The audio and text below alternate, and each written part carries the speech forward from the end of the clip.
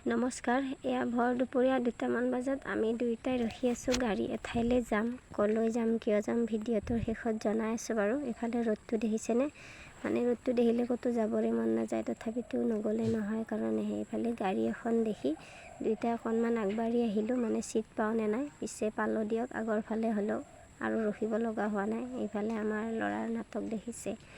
আৰু আমাৰ ইয়াৰ ফালে মানে ৰোৱা শেষেই হোৱা নাই, যিহেতু আধা বানপানী মাৰিলে আৰু দোৱা মাটিবিলাক এতিয়াহে লাহে লাহে ৰুব আৰম্ভ কৰিছে। কি কৰিব, উপায় নাই, যিহেতু ৰুই আছে। আৰু আমি আহি পালোঁ বৰশিলৰ শিৱ মন্দিৰ, সকলোৱে চিনিয়ে পায় বাৰু।